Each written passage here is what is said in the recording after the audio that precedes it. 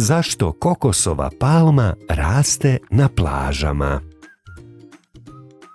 Amar se igrao na plaži kad je primijetio visoku kokosovu palmu kako se njiše na povjetarcu. Hej, Koko, zašto rasteš ovdje na plaži?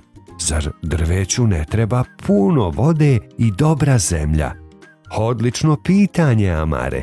Dopusti mi da objasnim kako ovdje preživljavam. Koko je počela objašnjavati o njenom korijenju. Moje korijenje je posebno. Mogu podnijeti slanu vodu, pa čak i dobiti neke hranjive tvari iz nje. Wow, tvoje korijenje je kao male slamke koje piju slanu vodu. Tačno, ne može to puno drveća. Koko je opisala njeno snažno, ali i fleksibilno deblo.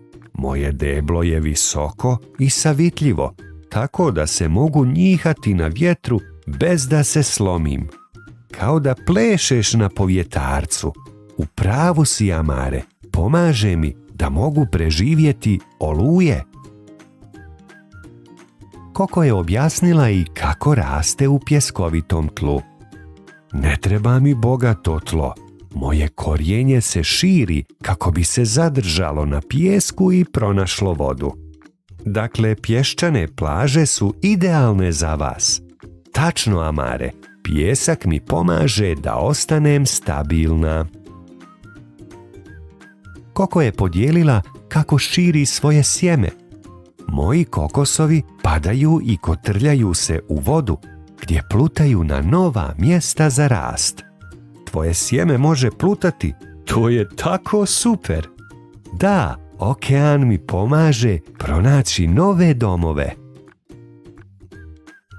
Koko je opisala kako se nosi sa slanim zrakom. Čak su i moji listovi žilavi.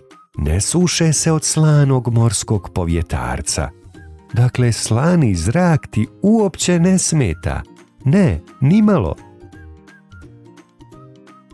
Koko je objasnila kako to pomaže ljudima na plaži. Moje široko lišće daje hlad svima. Nije li lijepo opustiti se pod mojom krošnjom? Da, ti si kao veliki suncobran za plažu. Volim pomagati ljudima da uživaju na plaži. Koko je podijelila iznenađujuću činjenicu. Znaš li da mogu dati preko 100 kokosa godišnje? To je puno kokosa, dovoljno za podijeliti sa svima na plaži. To mi je plan.